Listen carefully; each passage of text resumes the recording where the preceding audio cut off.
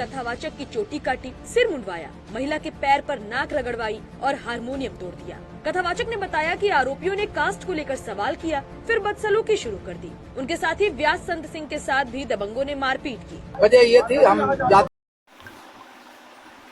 साथी इटावा कांड हुआ और इटावा में यादव कथावाचक के ऊपर मूत्र छिड़का गया ब्राह्मणी का। उनको मारा पीटा गया केवल इसलिए कि वो हिंदू में शूद्र वर्ग से आते हैं, वे शूद्र हैं, वे कथा प्रवचन नहीं कह सकते। मारे पीटे और ब्राह्मणी के मूत्र उन पर वर्षा केवल इसीलिए हुई क्योंकि उन्होंने महाभारत पढ़ लिया, रामायण पढ़ लिया और उसी का वाचन करने लगे। जो अधिकार ब्राह्मण समाज का था, उनके अधिकार को छीनने का काम यादव ने किया, इसलिए उनके ऊपर ऐसा किया गया। उनको समस्त दलित, ओबीसी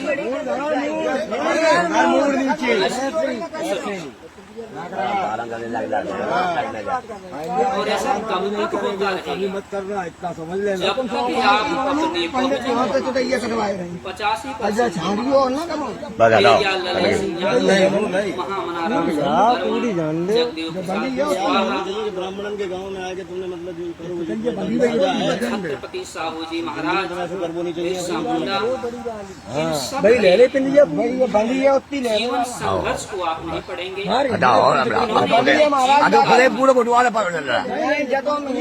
इस तरीके से संघर्ष किया, पाखंड के खिलाफ, वनवाद के खिलाफ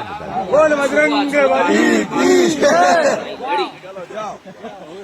जब तक आप पेरियाल गणेश यादव की जीवनी को नहीं पढ़ेंगे तब तक यादव समाज के ऊपर इस तरीके से अत्याचार होता है। जब तक संपूर्ण पिछड़ा समाज अपने बहुजन महापुरुषों के ग्रंथ को नहीं पढ़ेगा, उनके बताए मार्ग पर नहीं चलेगा, तब तक ऐसे आतताई अत्याचार करते रहेंगे जो धर्म के रूप में पूरी तरीके से अंधे हैं। आप उनकी रोजी रोटी छीनेंगे तो आपके ऊपर ऐसा ही हो। क्या जरूरत थी आपको ऐसी जगह कथा प्रवचन करने की?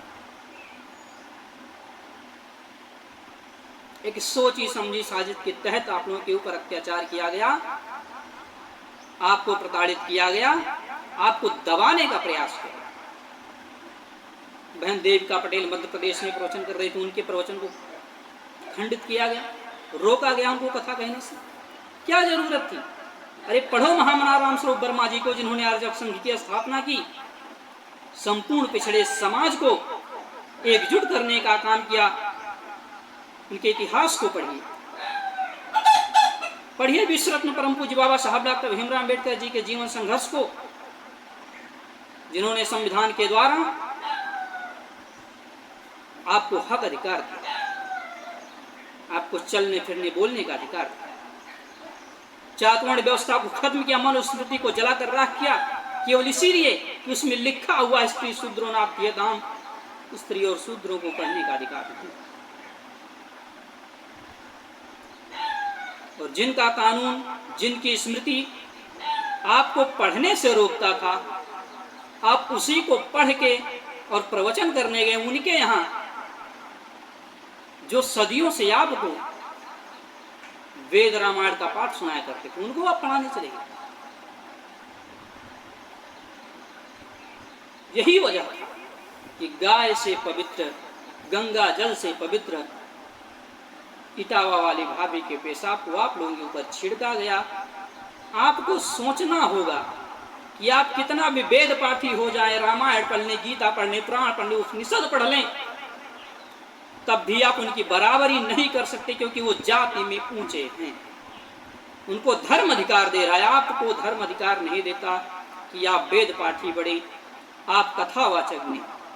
इसीलिए हमारे महापुरुषों ने संघर्ष किया, लड़ाइयां लड़ी।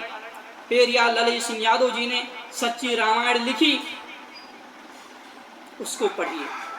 पेरियार ललित सिंह यादव को पढ़िए, यादव समाज के लोग अपने बहुजन महापुरुषों को पढ़िए, इतिहास को पढ़िए और सजग बनिए, सजग बनिए और पाखंड से दूर रहिए। अपने 85% समाज को एकजुट कीजिए, संविधान को पढ़िए। धन्यवाद।